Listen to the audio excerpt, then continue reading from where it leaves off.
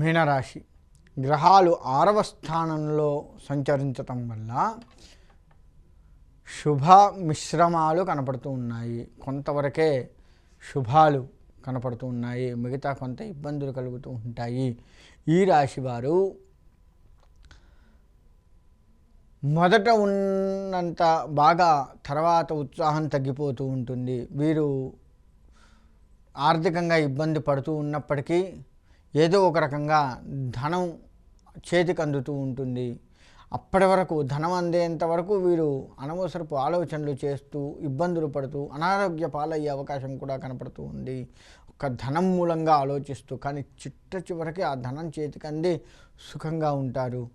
అంటే వీళ్ళకు ఒక రకంగా చెప్పాలి అంటే కొంత అనుకూలత, కొంత వ్యతిరేకత, ఈ రెండూ కూడా వీళ్ళకి కనపడుతూ ఉన్నాయి. అనుకూలత కనపడుతుంది, వ్యతిరేకత కనపడుతుంది. అంటే వీరి యొక్క జాతకం కూడా 2 రకాలుగా ఈ నెల మొత్తం కూడా సాగేటట్లుగా ఉంది. వీరు ప్రతి దానికి కూడాను ఆలోచన ఎక్కువగా చేస్తూ ఉంటారు. వీరు ఈ అతి ఆలోచన వీరికి ఎక్కువగా ఉంటుంది. ఆ అతి ఆలోచనని కనుక ఈ రాశివారు తగ్గించుకుంటూ ఉంటే బాగుంటుంది. పెద్దవారి కలయిక వీళ్ళకి శుభ ఫలితాలను ఇస్తూ ఉంటుంది. కాబట్టి పెద్దవాళ్ళని కలుస్తూ ఉండండి. పెద్దవాళ్ళ ఆశీర్వచనం, వాళ్ళ అండదండలు, వాళ్ళ యొక్క ప్రేమానురాగాలు, వాళ్ళ యొక్క మంచితనాన్ని, వాళ్ళు ఇచ్చే సలహాలని పాటిస్తూ కనుక ముందుకు వెళ్తూ ఉన్నట్లయితే ఈ రాశి వారికి అనుకూలం కనపడుతూ ఉంది. ఈ రాశివారు ముఖ్యంగా చేయవలసిన పని ఏంటంటే ఓపిక పట్టడము, అనవసరపు ఆలోచనలను తగ్గించుకోవటము.